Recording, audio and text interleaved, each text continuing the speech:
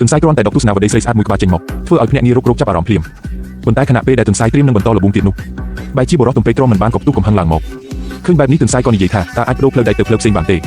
តែមិននឹកស្មានថាបុរសទំពេកគឺបែបនេះមិនត្រឹមតែមិនព្រមទេថែមទាំងដកកាំភ្លើងបាញ់ប្រហារទៅលើទន្សាយទៀតក្រោយពីបាញ់គ្រាប់អស់ពីកាំភ្លើងហើយគេស្មានថាទន្សាយមកហើយក៏ត្រៀមខ្លួនទៅរុករកបន្តតែនឹកស្មានមិនដល់ទន្សាយដែលមិនទាន់មកបានអុចដែកគេនៅមុខកញ្ចក់របស់គេបុរសទំពេកស្មានថាចិត្តទាំងមែនក៏ចាញ់បោកគេពេញទំហឹងស្រែកហៅគេឲ្យជួយយ៉ាងខ្លាំងតែគេមិនដឹងឡើយថានេះគឺជាល្បិចរបស់ទន្សាយដោយទន្សាយខ្លាញ់ខ្លួនជាអ្នកពន្លត់អគិភ័យខណៈកំពុងរកមើលគ្រប់ទីកន្លែងបុរសនោះក៏ត្រូវទន្សាយបោកបញ្ឆោតយកទៅលេងសើចធ្វើឲ្យបុរសដែលត្រូវគេលេងសើចនោះខឹងខ្លាំងណាស់មិននិយាយស្ដីអ្វីទាំងអស់ក៏ដកកាំភ្លើងបំរុងសម្រាប់ទន្សាយចោលតែទន្សាយនោះពិតជាក៏ល្បិចច្រើនណាស់មិនត្រឹមតែលួចកាច់កាំភ្លើងឲ្យកង់ទេថែមទាំងយកគោលដៅបាញ់ទៅដាក់នៅពីក្រោយក្នុងបុរសទំពេកទៀតលូកបាញ់កាំភ្លើងកែវនោះទៅទន្សាយក៏ជូនបារីពីរបីដាំដែលជក់ឲ្យផ្ទុះឲ្យដើម្បីជាការតបស្នងឃើញគម្រោងជោគជ័យទន្សាយក៏រត់ចូលរនយ៉ាងលឿនចំណែកបុរសដែលខឹងរហូតបាត់បង់ស្មារតីក៏បញ្ចេញកំហឹងតាមរបៀបរបស់គេគ្រាន់តែលើកនេះគេឆ្លាតជាងមុនក្រោយពីសង្កេតមើលមួយសន្ទុះក៏បាញ់ថែមពីរបីគ្រាប់ទៀតតែគេមិនដឹងឡើយថាទន្សាយបានរត់ចេញពីប្រហោងមួយទៀតបាត់ទៅហើយ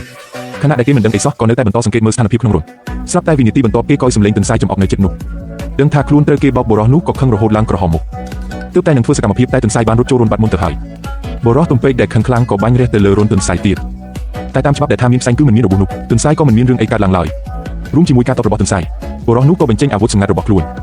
គ្រាប់បែកដុំធំ1ម៉ែត្រត្រូវបានគេអុជហើយបោះចូលទៅក្នុងរនទន្សាយតែខណៈដែលគេកំពុងរត់គេចខ្លួននោះ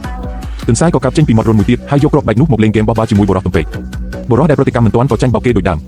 លេងយូរទៅទើបដឹងថាមានរឿងមិនល្អក៏ប្រញាប់បោះត្រឡប់ទៅឲ្យទន្សាយវិញតែទន្សាយនោះឆ្លាតប៉ុណ្ណាទៅគេបានរៀបចំទុកជាស្រេចអស់ហើយបុរសដែលស្មានថាខ្លួនគ្រប់គ្រងស្ថានភាពបានហើយតែមិននឹកស្មានថាបុរសទំពេករងចាំឱកាសនេះឯងពេលគេបោះគ្រាប់បែកទៅកន្លែងសាងសង់ផ្លូវដែក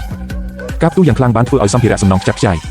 លុះដល់ពេលរបស់ទាំងនោះធ្លាក់ចុះមកវាបែរជាដំឡើងខ្លួនដោយស្វ័យប្រវត្តិខ្លាយជាផ្លូវដែកវែងរាប់សិបគីឡូម៉ែត្រលុះដល់ពេលរបស់ទាំងនោះធ្លាក់ចុះមកវាបែរជាដំឡើងខ្លួនដោយស្វ័យប្រវត្តិខ្លាយជាផ្លូវដែកវែងរាប់សិបគីឡូម៉ែត្រឃើញបែបនេះទន្សាយក៏សុំចុះចាញ់ដែរដោយមាត់រនត្រូវគេរឹបអូសយកទើបគេត្រូវបង្ខំចិត្តរត់ចោលស្រុក